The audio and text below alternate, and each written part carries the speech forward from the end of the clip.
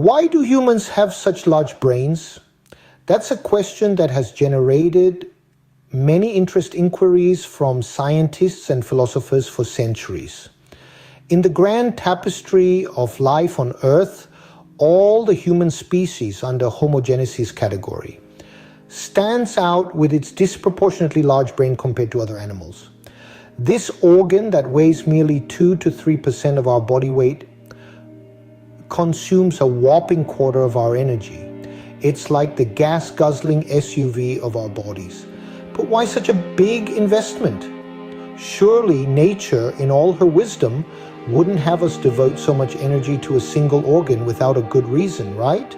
Around 2 million years ago, our ancestors began to develop larger brains.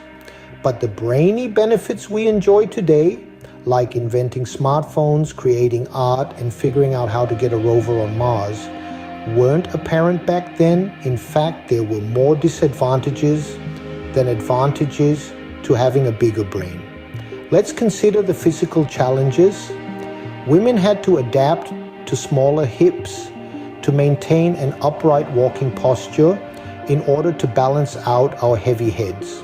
This resulted in premature human births and added an extra burden of post-birth development. Unlike the newborn horse, which can just stand up and run, human babies are utterly helpless. So how did early humans manage to fuel these energy-hungry brains? One solution was fire. Around 300,000 years ago, humans began to use fire to cook food. This innovation dramatically cut down digestion time. Imagine the same food that would take 5 hours to digest in its raw state now only took an hour. This improvement in digestion shortened our intestines, saving more energy to support that big brain of ours. But it begs the question, why did early humans persist with such a big brain when the benefits weren't immediately obvious? The persistence of a large brain in early humans can be seen as a cumulative effect of its contributions to survival and reproductive success through enhanced cognitive abilities, social cooperation, dietary changes, and environmental adaptability. These benefits, though not always immediately obvious, provided significant long-term advantages. Importantly, the larger brain gave our ancestors the ability to think and reason, to communicate and collaborate, to invent and innovate. It allowed them to adapt to different environments, to develop complex social structures, and to pass on knowledge from one generation to the next. In other words, the big brain was an investment in the future. It was a bet that paid off handsomely, leading us from the plains of Africa to the moon and beyond.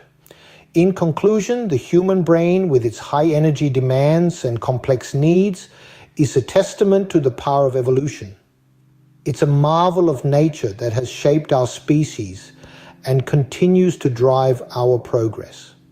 From the physical adaptations to the use of fire, every aspect of our evolution has been geared towards supporting this incredible organ. So, the next time you're pondering over a difficult problem or marveling at a beautiful piece of art, take a moment to appreciate your big brain. It's been 2 million years in the making, and it's the reason you're able to do what you do. And that, dear listeners, is why humans have such large brains.